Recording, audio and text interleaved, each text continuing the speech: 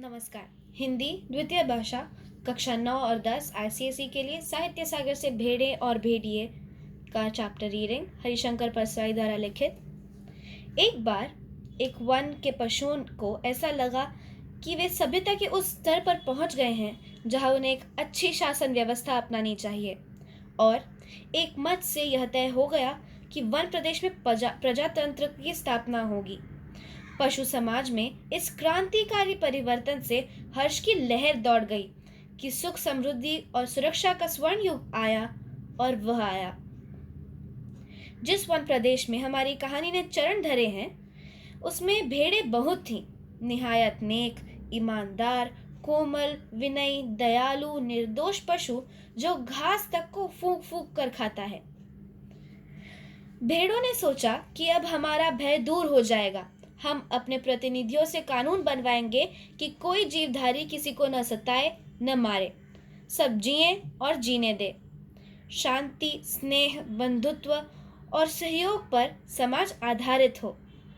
इधर भेड़ियों ने सोचा कि हमारा अब संकट काल आया। भेड़ों की संख्या इतनी अधिक है कि पंचायत में उनका ही बहुमत होगा, और अगर कानून बना दिया कि कोई पशु किसी को न मारे तो हम खाएंगे क्या? क्या हमें घास चरना सीखना पड़ेगा? जो जो चुनाव समीप आता, भेड़ों का उल्लास बढ़ता जाता। जो जो चुनाव समीप आता, भेड़ियों का दिल बैठता जाता।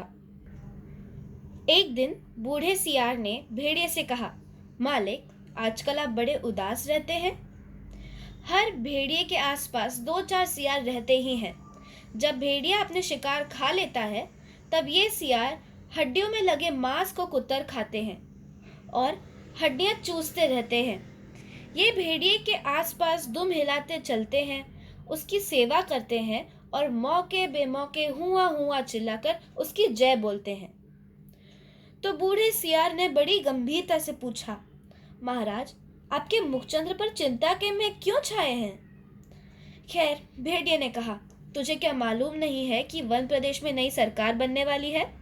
हमारा राज तो अब गया। सियार ने दांत निपोर कर कहा, हम क्या जाने महाराज, हमारे तो आप ही माई बाप हैं। हम तो कोई और सरकार नहीं जानते। आपका दिया खाते हैं, आपके गुण गाते हैं। भेड़िया ने कहा, मगर अब समय ऐसा आ रहा है कि सूखी हड्डियां भी चबाने को नहीं मिलेंगी। सियार सब जानता था, मगर जानकर भी न जानने का नाटक करना न आता तो सियार शेर न हो गया होता। आखिर भेड़िए ने वन प्रदेश की पंचायत के चुनाव के बाद की बात बूढ़े सियार को समझाई और बड़े गिरे मन से कहा, चुनाव अब पास आता जा रहा है, अब यहाँ से भागने के सिवा कोई चारा नहीं, पर जाए भी कहाँ? सियार ने कहा, मालिक, सर्कस में भर्ती हो जाइए। भेड़िए ने कहा, अरे वहां भी शेर और रीछ को तो ले लेते हैं, पर हम इतने बदनाम हैं कि हमें वहां भी कोई नहीं पूछता। तो सियार ने खूब सोचकर कहा, अजायब घर में चले जाइए। भेड़िए ने कहा, अरे वहां भी जगह नहीं है, सुना है वहां तो आदमी रखे जाने लगे। बूढ़ा सियार अब ध्यान मग्न हो गया। उसने एक आंख बंद कर ली, नीचे के होंठ को ऊपर के दांत से दबाया और एक टक आकाश की तरफ देखने लगा। फिर बोला, बस सब समझ में आ गया। मालिक, अगर पंचायत में आप भेड़िया जाति का बहुमत हो जाए तो? भेड़िया चिढ़कर बोला, कहा कि आसमानी बातें करता है। अरे हमारी जाति कुल 10% है और भेड़े तथा अन्य छोटे पशु 90%। भला वे हमें काहे को चुनेंगे? अरे कहीं जिंदगी अपने को मौत के हाथ सौंप सकती है? मगर हाँ, ऐसा हो सकता तो क्या बात थी। बूढ़ा सियार बोला, आप खिन्न मत होइए सरकार, एक दिन का समय दीजिए, कल तक कोई योजना बन ही जाएगी। मगर एक बात है, आपको मेरे कहे अनुसार कार्य करना पड़ेगा। मुसीबत में फंसे भेड़िए ने आखिर सियार को अपना गुरु माना और आज्ञा पालन की शपथ ली। दूसरे दिन बूढ़ा सियार अपने 3 सियारों को लेकर आया। उनमें से उसने एक को पीले रंग में रंग दिया, दूसरे को नीले में और तीसरे को हरे में। भेड़िए ने देखा और पूछा, अरे ये कौन है? बूढ़ा सियार बोला, ये भी सियार हैं सरकार, मगर रंगे सियार हैं। आपकी सेवा करेंगे, आपके चुनाव का प्रचार करेंगे। भेड़िए ने शंका की, मगर इनकी बात मानेगा कौन? ये तो वैसे ही छल कपट के लिए बदनाम है। सियार ने भेड़िए का हाथ चूम कर कहा, बड़े भोले हैं आप सरकार। अरे मालिक, रूप रंग बदल देने से तो आदमी तक बदल जाते हैं, फिर ये तो सियार हैं। और तब बूढ़े सियार ने भेड़िए का भी रूप बदला। मस्तक पर तिलक लगाया, गले में कंठी पहनाई और मुंह में घास के तिनके खोस दिए। बोला, अब आप पूरे संत हो गए। अब भेड़ों की सभा में चलेंगे, मगर 3 बातों का ख्याल रखना। अपनी हिंसक आंखों को ऊपर मत उठाना, हमेशा जमीन की ओर देखना और कुछ बोलना मत, नहीं तो सब पोल खुल जाएगी। और वहां बहुत सी भेड़ें होंगी, सुंदर सुंदर, मुलायम मुलायम, तो कहीं किसी को तोड़ मत खाना। भेड़िए ने पूछा, लेकिन ये रंगे सियार क्या करेंगे? ये किस काम आएंगे? बूढ़ा सियार बोला, ये बड़े काम के हैं, आपका सारा प्रचार तो यही करेंगे। इन्हीं के बल पर आप चुनाव लड़ेंगे। यह पीला वाला सियार बड़ा विद्वान है, विचारक है, कवि भी है, लेखक भी। यह नीला सियार नेता और पत्रकार है, और यह हरा धर्मगुरु। बस अब चलिए। जरा ठहरो, भेड़िए ने बूढ़े सियार को रोका। कवि, लेखक, नेता, विचारक, ये तो सुना है बड़े अच्छे लोग होते हैं। अरे और ये तीनों? बात काटकर सियार बोला, ये तीनों सच्चे नहीं हैं, रंगे हुए हैं महाराज। अब चलिए, देर मत करिए। और वे चल दिए। आगे बूढ़ा सियार था, उसके पीछे रंगे सियारों के बीच भेड़िया चल रहा था।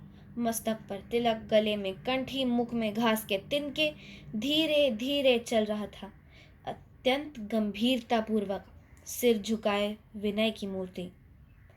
उधर एक स्थान पर सहस्त्रों भेड़ें इकट्ठा हो गई थी, उस संत के दर्शन के लिए जिसकी चर्चा सियार ने फैला रखी थी।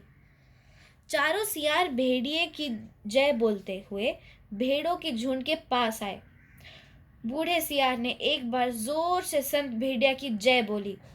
भेड़ों में पहले से यहाँ वहां बैठे सियारों ने भी जय ध्वनि की। भेड़ों ने देखा तो वे बोली, अरे भागो, यह तो भेड़िया है। तुरंत बूढ़े सियार ने उन्हें रोककर कहा, भाइयों और बहनों, अब भय मत करो, भेड़िया राजा संत हो गए हैं, उन्होंने हिंसा बिल्कुल छोड़ दी है, उनका हृदय परिवर्तन हो गया है। वे आज 7 दिनों से घास खा रहे हैं, रात दिन भगवान के भजन और परोपकार में लगे रहते हैं। उन्होंने अपना जीवन जीव मात्र की सेवा में अर्पित कर दिया है। अब वे किसी का दिल नहीं दुखाते, किसी का रोम तक नहीं छूते। भेड़ों से उन्हें विशेष प्रेम है। इस जाति ने जो कष्ट सहे हैं, उनको याद करके कभी कभी भेड़िया संत की आंखों में आंसू आ जाते हैं। उनकी अपनी भेड़िया जाति ने जो अत्याचार आप पर किए हैं, उनके कारण भेड़िया संत का माथा लज्जा से जो झुका है, सो झुका ही हुआ है। परंतु अब वे शेष जीवन आपकी सेवा में लगाकर तमाम पापों का प्रायश्चित करेंगे। आज सवेरे की ही बात है कि एक मासूम भेड़ के बच्चे के पाँव में कांटा लग गया, तो भेड़िया संत ने उसे दांतों से निकाला, दांतों से। पर जब वह बेचारा कष्ट से चल बचा, तो भेड़िया संत ने सम्मान पूर्वक उसकी अंत्येष्टि क्रिया की। अब तो वे सर्वस्व त्याग चुके हैं। अब आप उनसे भय मत करें, उन्हें अपना भाई समझें। सब मिलकर बोलो, संत भेड़िया जी की जय। भेड़िया जी अभी तक उसी तरह गर्दन डाले विनय की मूर्ति बने बैठे थे। बीच में कभी कभी सामने की ओर इकट्ठा भेड़ों को देख लेते और टपकती हुई लार को गुटक जाते। बूढ़ा सियार फिर बोला, भाइयों और बहनों, मैं भेड़िया संत से अपने मुखारविंद से आपको प्रेम और दया का संदेश देने की प्रार्थना करता, पर प्रेमवश उनका हृदय भर आया है। वे गदगद हो गए हैं और भावातिरेक से उनका कंठ अवरुद्ध हो गया है, वे बोल नहीं सकते। अब आप इन तीनों रंगीन प्राणियों को देखिए, आप इन्हें न पहचान पाए होंगे, पहचाने भी तो कैसे? ये इस लोक के जीव तो हैं नहीं। ये पीले विचारक हैं, कवि हैं, लेखक हैं, नीले नेता हैं और स्वर्ग के पत्रकार, और हरे वाले धर्मगुरु हैं। अब कविराज आपको स्वर्ग संगीत सुनाएंगे। हाँ कवि जी। पीले सियार को हुआ हुआ के सिवा कुछ और तो आता ही नहीं था। हुआ हुआ चिल्ला दिया। शेष सियार भी हुआ हुआ बोल पड़े। बूढ़े सियार ने आंखों के इशारे से शेष सियारों को मना किया और चतुराई से बात को ये कहकर संभाला, भाई कवि जी तो कोरस में गीत गाते हैं, पर कुछ समझे आप लोग? कैसे समझ सकते हैं? अरे कवि की बात सबकी समझ में आ जाए तो वह कवि काहे का? कह रहे हैं कि जैसे स्वर्ग में परमात्मा वैसे पृथ्वी पर भेड़िया। हे भेड़िया जी महान, आप सर्वस्त्र व्याप्त हैं, सर्वशक्तिमान हैं। प्रातः आपके मस्तक पर तिलक करती है, सांझ को उषा आपका मुख चूमती है, पवन आप पर पंखा करती है और रात्रि आपकी ही ज्योति लक्ष लक्ष खंड होकर आकाश में तारे बनकर चमकती है। हे विराट, आपके आपके चरणों में इस शूद्र का प्रणाम है। फिर नीले रंग के सियार ने कहा, निर्बलों की रक्षा बलवान ही कर सकते हैं। भेड़े कोमल है, निर्बल है, अपनी रक्षा नहीं कर सकती। भेड़िए बलवान है, इसलिए उनके हाथ में अपने हितों को छोड़ निश्चिंत हो जाओ। वे भी तुम्हारे भाई हैं। आप एक ही जाति के हो, तुम भेड़े, वे भेड़िए। कितना कम अंतर है। और बेचारा भेड़िया व्यर्थ ही बदनाम कर दिया गया है कि वह भेड़ों को खाता है। अरे खाते और हैं, हड्डियां उनके द्वार पर फेंक जाते हैं। ये व्यर्थ बदनाम होते हैं। तुम लोग तो पंचायत में बोल भी नहीं पाओगे। भेड़िए बलवान होते हैं। यदि तुम पर कोई अन्याय हो तो डटकर लड़ेंगे। इसलिए अपने हित की रक्षा के लिए भेड़ियों को चुनकर पंचायत में भेजो। बोलो संत भेड़िया की जय।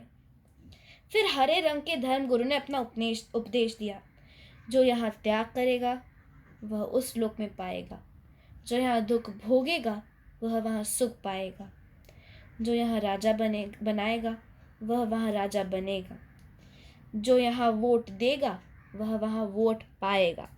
इसलिए सब मिलकर भेड़िए को वोट दे। वे दानी हैं, परोपकारी हैं, संत हैं। मैं उनको प्रणाम करता हूँ। यह एक भेड़िए की कथा नहीं है, यह सब भेड़ियों की कथा है। सब जगह इस प्रकार प्रचार हो गया और भेड़ों को विश्वास हो गया कि भेड़िए से बड़ा उनका कोई हित चिंतक नहीं और हित रक्षक नहीं। और जब पंचायत का चुनाव हुआ तो भेड़ों ने अपनी हित रक्षा के लिए भेड़ियों को चुना और पंचायत में भेड़ों के हितों की रक्षा के लिए भेड़िए प्रतिनिधि बनकर गए और पंचायत में भेड़ियों ने भेड़ों की भलाई के लिए पहला कानून यह बनाया, हर भेड़िए को सवेरे नाश्ते में के लिए भेड़ का एक मुलायम बच्चा दिया जाए, दोपहर को भोजन में एक पूरी भेड़ तथा शाम को स्वास्थ्य के ख्याल से कम खाना चाहिए, इसलिए आधी भेड़ दी जाए। हरिशंकर परस्याई, धन्यवाद।